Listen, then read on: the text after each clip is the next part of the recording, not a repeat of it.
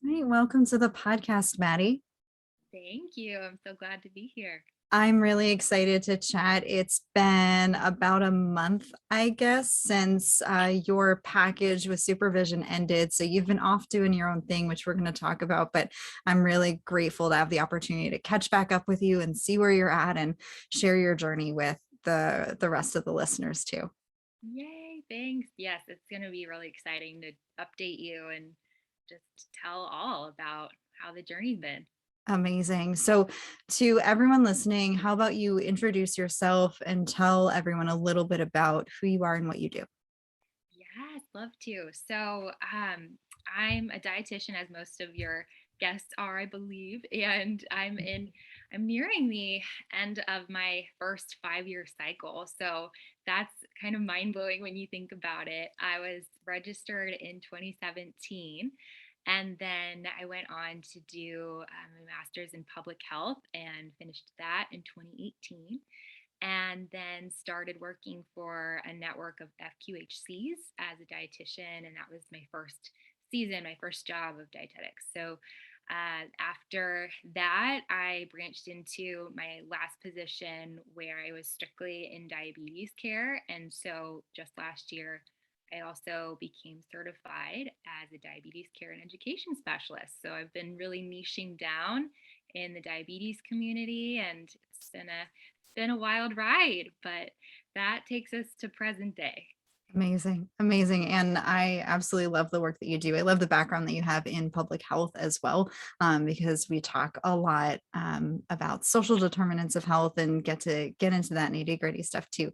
Now, why don't you tell a little bit about your journey over the past year? So we started working together in August. And at that point, you were in a little bit of a like transitional phase, I should say.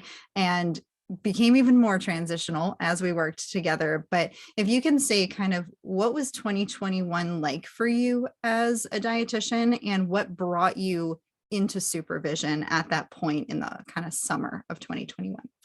Yes, I have been swirling around how to talk about this in my head a little bit because it's just there's so much to include. But Mhm. I'll try to keep it, somewhat brief, but feel free to ask away for more details. But with the point in time when I started seeing you, it was probably about a year, a little over a year into that position. I felt pretty good as far as, like I like this job. I know what I'm doing. I felt pretty secure.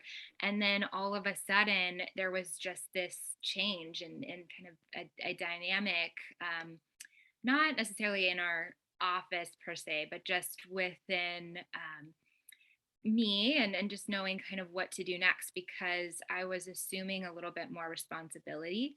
When I was hired on, I was the sole dietitian and I brought on and intended to start up their nutrition program. And after a while, I started a pediatric wellness program too. So I kind of was dipping into more pediatrics in addition to diabetes. And now I was tasked with building out, a digital nutrition program and trying to find a way to expand on what we already had in person for our offerings. And so at that point, I felt a little bit out of my comfort zone. And I just realized over time that I was getting to a point in my visits where I had to develop a deeper connection in a sense to some of my Mhm. patients, and I hadn't necessarily had to go that deep before. And so that's when I really ran into how to incorporate intuitive eating more into my visits, and I hadn't really had much experience with that at that point either. So it was neat because there were a lot of things happening, lots of moving parts, but Mhm. it became a little bit overwhelming for me, especially being the only dietitian Yeah. so at the center. So when I found you, it was so exciting because I was like, this is what I need. I just need that additional support to make sure that, I'm going in the right direction, maybe get some ideas, bouncing off with you on how to build out this program. You do have a little bit of a niche in intuitive eating as well. And Mhm. so I was excited that, maybe I could learn a little bit more from you there too. So that's when we started working together. And then over the course of our time together, there were a lot of changes in my own personal life, Mhm. in our business as well.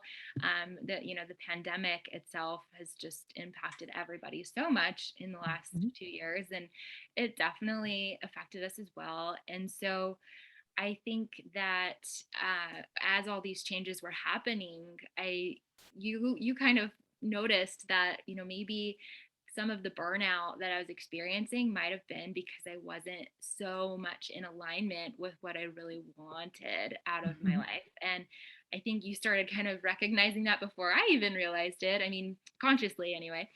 And so it was very neat that at that point, we got to expand a little bit more on that and what steps I could take to kind of navigate all the choppy waters that were happening all at the same time. Yeah, absolutely. And that's the big thing that supervision does is that when you're in the middle of something, it's so hard to see the changes from day to day. It's so hard to recognize when you're going down a path that isn't aligned and isn't right and might be contributing to a feeling of burnout or a feeling of dissatisfaction or just kind of this overall stress or anxiety that you might be going through.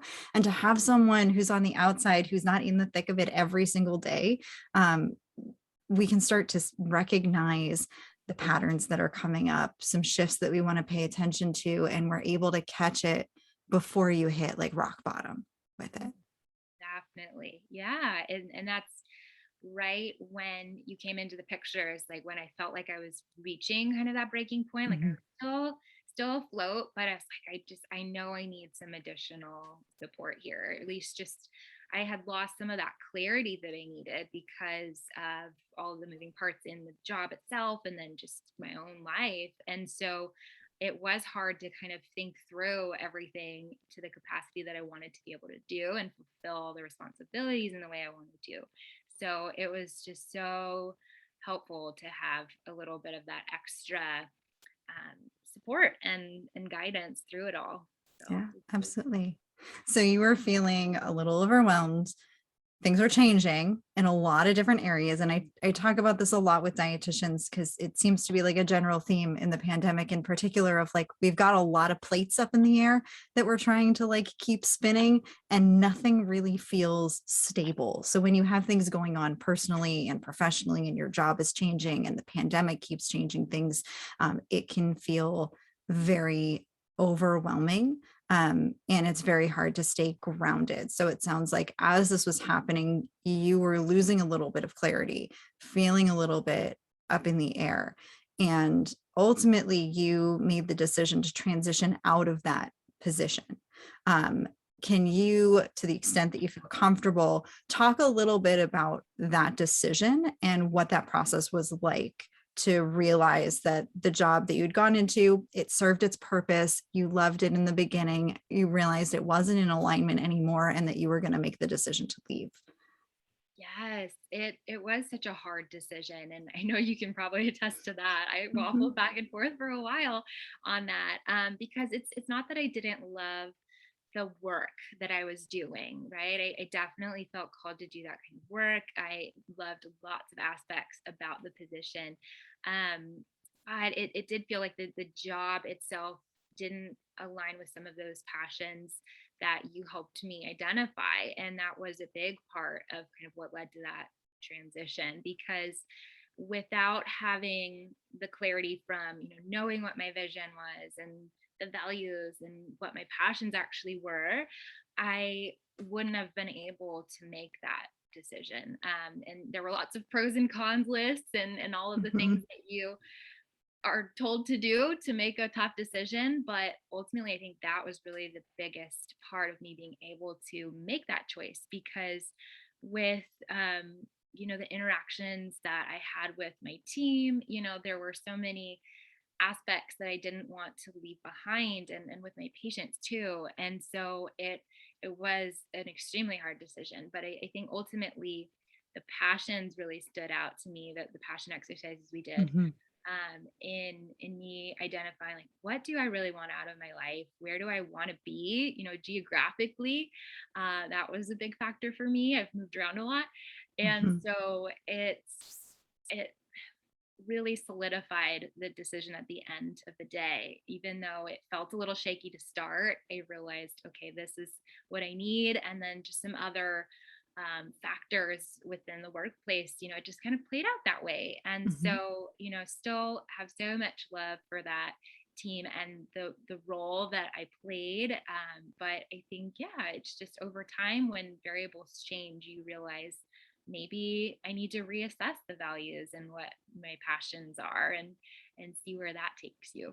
Yeah. And it can be really tough when, we want things to be cut and dry of like, this job is horrible for me and everything about it is bad. And that makes it so easy to walk away from. But when we're in this middle ground of like, this job isn't horrible. There are things that I like about it. There are reasons why I want to stay. And also at the same time, I feel like it's not lining up with the things that I'm realizing are really important to me. That's what makes it such a hard decision to do. And that's what so many of our decisions are. They're not cut and dry.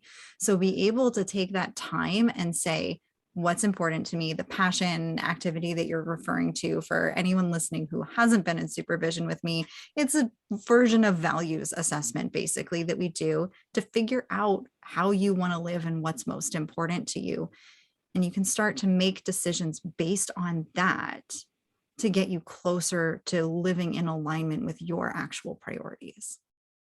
And sometimes we don't realize how important that is, because No. of the way that maybe we're kind of bred up, I guess, as dietitians, or just, I mean, in today's world in general, and not even in just dietetics, but that need to always be hustling to the next thing and Mm-hmm. accomplishing. And so you don't always give yourself permission to allow for these other passions, because it's not just passions of like, what are your hobbies or what are the areas of dietetics that you like. It's not quite that. I mean, it can be, but a lot of the time you are encouraging me to look outside that, like, what's your Yes. ideal life look like? And that, I don't think it's like it's in the back of your mind, but I don't think I ever really let that factor into my decisions. Yeah. And it's been a game changer.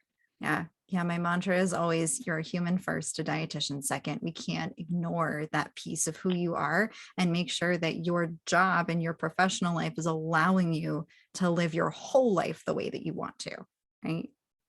Yeah. And that's where the alignment Yeah. happens. Amazing. Now, you, with your decision to leave, you were put in an interesting situation in that you didn't have something lined up to go to. And everybody has their unique situations. We don't necessarily need to go into the details of like what made you feel comfortable with that, but how did that feel to leave your job knowing that you didn't have your next dietitian job lined up for you? Yes, such a good question. I mean, it was hard. I surprisingly took it better than I thought I would. But it was super nerve wracking because you're always told, try to line something up. And I Mhm. think that's generally a good practice. Don't get me wrong. But I think that for me, just having done all of that work with you and really looking at vision and values and passions, I was like, I have to think about how this is factoring into the next job. And so I personally felt that if I went into some job, just any position, knowing that I needed something right away or just something that was financially going to support me without really considering all of those other things, it could have been another burnout situation pretty fast. And Yeah. so I did still have to find work. I had to support myself. There are Yes. lots of expenses for moving. That's what's next for me, right? Moving out of state. But with the position I'm in, it's not dietetics related, and it is a temporary position.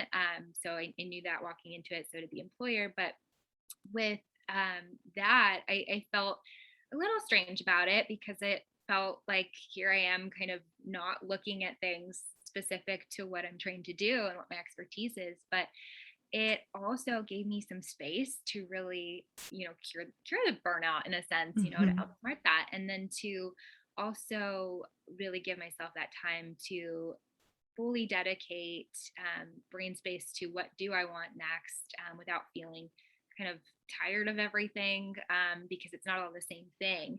I could, do this job during the day, and that's what I'm currently doing, and able to do these tasks, and then I can pivot and be really excited about what's next and not have that work monotony of the workday kind of cloud those fun decisions too, or just important decisions. And Yeah. so that's kind of a good summary of how I felt, I think. But it was not necessarily a piece of cake, but I think that it was nice to be able to give some space to myself so that the burnout could heal a little bit.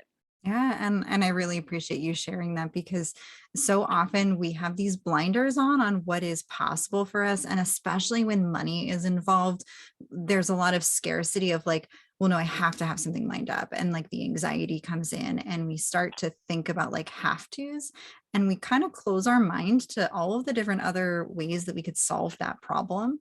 And it sounds like what you did is much more abundance aligned, of saying, you know what, I don't want to just take the first thing that comes my way because I'm afraid of not having enough money. I want to do some things that are going to allow me the privilege of being able to take a step back, figure out what I want, and then I can, with a more clear mind, actually take something that I know is going to be better for me, or that I have a good feeling is going to be better for me in the long run. Definitely. And so I feel fortunate to even be in that position of being able to find something that can still support me. But I loved that you were encouraging me in that decision too, because you don't always give yourself that permission to do that. So it was helpful to know that, yeah, this is something that others might do too. I Mhm. think it's not a blip on your career path. It's just a few months of you trying to figure out what's next, and you're doing what you need to do to support yourself as you know you need to do. So Mhm.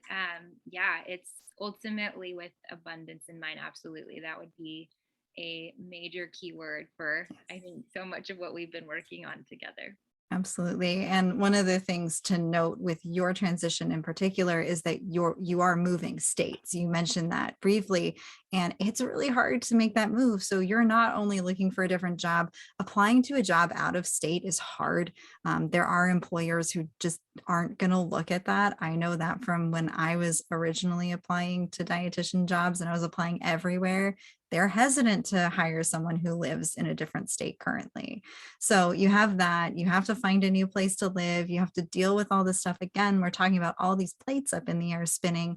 What you did is you took one of those plates and you took it down. So you had one less thing to worry about. And as you get settled in your new place, then you can really dig in and say, okay, what are my next steps? And there is nothing wrong with that. There's nothing wrong from an employer standpoint, and there's nothing wrong from a human standpoint of doing that. Yes. And so I think your assistance with that and just general support really helped me do that. But I agree 100%. We have to remember we're humans. Yes. Yes. Mhm. And I know that you struggled a little bit with your vision when we first started talking about it. And that's kind of thinking about, okay, where do we want to be in 6 months or a year or 5 years? You have a little bit of freedom to figure out what time frame you want to do, but thinking about your future and where your next steps are as a dietitian. And that was hard when you were in this transition. Now that you've had a little bit of space and time, how do you currently feel about your vision? Yes, I have been reviewing it from time to time, just in this span of months, and I laugh in disbelief a little bit with it, because a lot of it's been playing out when I Mhm. first drafted it with you. It's been playing out accordingly, and I do remember struggling so hard with it. And the first time you had me do a vision exercise, it was actually more geared towards something that wasn't related to me per se, but like the program that I was working on. And Mhm. so now you're like, let's pivot, let's do this with you in mind. What's your life gonna look like, your personal and professional vision. And so that's where, yeah, the spotlight was put on me. And I'm like, oh my gosh, I really have to think about this. And I thought at first when you said that it wouldn't be as hard as it was, because it's like, I have an idea of what I want. But then Mhm. once I sat down to do it, I was like, okay, yeah, I've got to really put some time and energy into drafting this up, because it's it's not as simple as this is what I want to do. I mean, it's more actionable and more time based, like you said. And Mhm. at first, I think I got a little overwhelmed with thinking, yeah, I've got to have this major All plan figured out out. for a Yeah. year, 2 years from now. And I was like, I don't know where I'll be. But you said, no, just keep it short, maybe next 6 months at maximum, and see where that is. And so that's still kind of unfolding. Mhm. So I haven't revised it in full yet, but I know I will have to soon. So I've been swirling that around in my head as well. But the exercise itself was challenging at first, but what was so interesting about noticing the way it played out and how it is continually playing out kind of as I worded it, it's reassuring, because even though I felt so hesitant to put it on paper, it's playing out okay, even if some of Mhm. the details are different. And so if I were to do this again, I think I would feel a little bit more comfortable and confident doing it, because it's going to pan out in some shape or form, and it's Mhm. going to be okay. So it's good not to get too caught up in it, but you want to be specific. It's important to be um, thinking through it, but you don't want to necessarily overthink it to the extent where you're paralyzed from even thinking about what you want. You just have Yeah. to allow yourself the time to process through it. And so at this juncture, I definitely feel a little more excited about it rather than hesitant and afraid of it, because I think that, with what's to come, it should hopefully bring some good opportunities in some way, even if it's not in expected ways. And that's kind of an exciting place to be in. Absolutely. And, like you said, that we went over is that the less certainty you feel in your future, the shorter you go. So if you have a lot of things up in the air and you don't know exactly what your next steps are going to look like, okay, let's do 6 months, let's do 3 months, let's do 1 month. And another thing that we can do as dietitians is if we don't know exactly what we want to do, like, I don't know if I'm going to be in private practice or if I'm going to be an outpatient or if I'm going to whatever. Okay, don't talk about what you're actually doing. Talk about how you want to feel. Talk about like what you want your work and life to generally look like. We can get a little bit more abstract with it. And that's something that you can carry over. And it doesn't really matter if there's a curveball opportunity to that gets thrown your way. You can kind of say, like, is this going to help me feel the way that I wanted to in my vision? Yes, that is true. You were talking to me about that at one point too. Just focus on the more intangible things as well. Mhm, What you want, what aligns with those passions that we talked mhm. about. Exactly. So now what are you looking forward to in 2022? There's still some uncertainty. We don't know exactly. We know you're moving, you're getting settled. But looking ahead, what are some of the things that you're looking forward to? It's a pretty simple answer, I would say. I just am looking forward to making some sort of work life balance, so to speak, Mhm. that really aligns with those passions. That's truly what I have planned. I don't know exactly what it's going to look like. I do have some things that are some pending opportunities and things that I'm exploring. So I know there's some things that may pan out, but it's more so about, what's that going to look like when we get really specific as far as a schedule goes. I think I've also been really focused on being open-minded about how my schedule can look, even if it's not necessarily a full-time position, if I'm maybe looking at a couple different types of opportunities. Mhm. Since the world has changed so much in terms of how we work remotely now. And so I'm trying to be very open-minded to what that would look like too. And that's a little nerve-wracking sometimes, but it's also a neat new terrain. So I think that if I focus on the cool people in my life, right, those Yep. who are in my life personally and professionally, it can't go wrong. And I'm just excited to see how all of those connections, kind of help me grow and how I can help them grow as we go along. So kind of a simple answer, but it's Amazing. a powerful one. It feels powerful. No, I love that. I absolutely love that. And we talked a little bit about how supervision helped you along this path and helped you to make this transition. It was, both helping you think and giving you activities to do and also the support. Is there anything else that you would say about the supervision, either relationship or experience, to someone out there who maybe hasn't experienced it before? I would say it really helped me to, it might sound a little cheesy, but to trust my instinct, to trust my Mhm. gut a little bit more. And what's funny, I was thinking about this earlier, and I had no issue when I found you. I immediately reached out to you. I didn't even really think about it. And I was thinking about how that happened so seamlessly. I just was like, oh, I need to talk to her. I need to, see if there's a way that I can work with her, because I just knew that that's what I needed. And so I hadn't necessarily done this work of planning out, like, oh, this is what I need to look for, a supervisor. I didn't really plan it out that way, but I knew that I needed some assistance, and that's what allowed me to act on that so quickly. And not to say that thought isn't an important part of any decision making process, but I think what supervision really helped me with is using a framework, so to speak, to help me with decision making, or at least be more confident with it, so that it does align with what I know I want. And so it's not just me kind of aimlessly working towards these things that I know I'm interested in. It's, what do I need to do? And not in such a rigid way, but what do I need to do to get me from point A to point B, and in a way that makes me feel good, in a way that's helping me stay confident and um, comfortable with where things are right now. And so that, I'd say, really made a difference and an impact on the way that I approach decisions, how I've been making decisions. I just feel like I'm gradually learning to trust my decision making process a little bit more. That's beautiful. And I love that. It's really that intentionality. It's learning how to be more intentional with our decisions and trust ourselves with it so that we're not like flying by the seat of our pants or just reacting to whatever gets thrown our way, but that we're able to make actual decisions that are going to move us closer to the life that we really want to have for ourselves. Absolutely. So much so.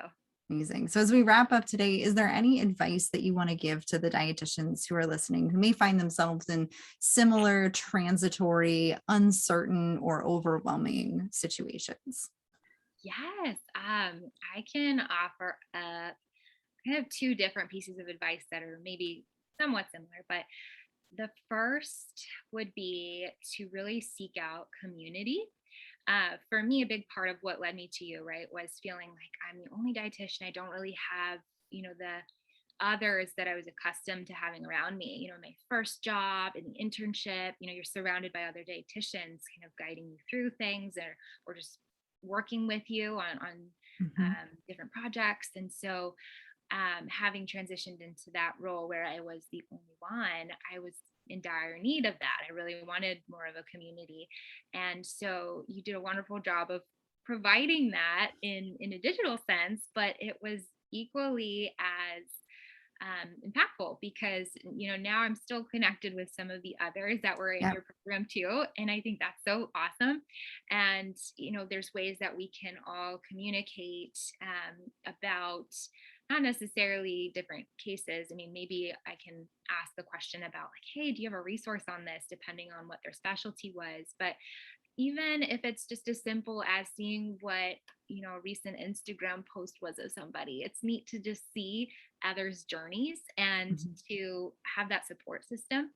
So that whole aspect of community is so important in whatever way you can manifest it, whether it's in person networking, but I would say even going beyond the idea of a network, try to build a true community where you really get Yes. to know these people, and it's not just another person in your contact list. It's someone who you really know, about them and what they do and their whole ethos, and using that to become an even better dietitian, but also a better person, because you're better able to relate to people and feel that empathy and expand on a really powerful relationship. And so that, I would say, is something I'd recommend to all of us, whether we're Yeah. new or not, to just really find your community in the field. And then second, I would say, this is actually advice that I got, and it wasn't from a dietitian, but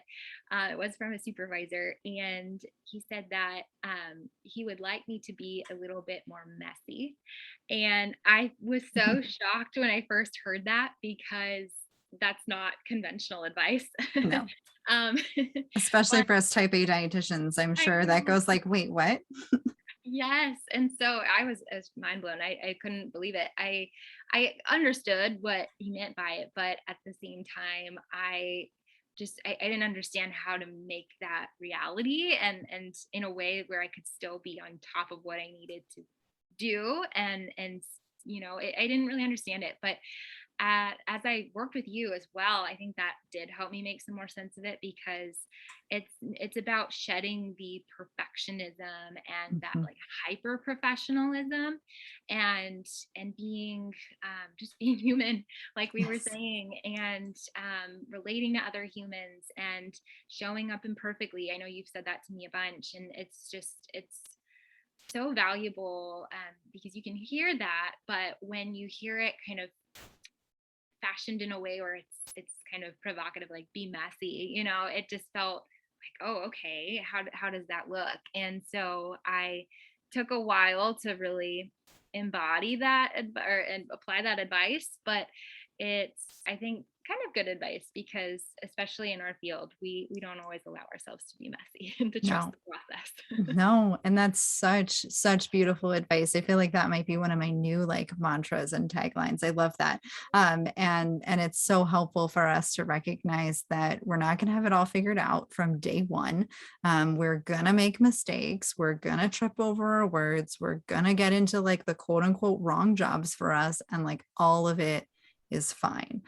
So I love that piece of advice. I love both of them. Anyone who listens to me for more than 5 seconds knows that I'm big on community. So I really appreciate that.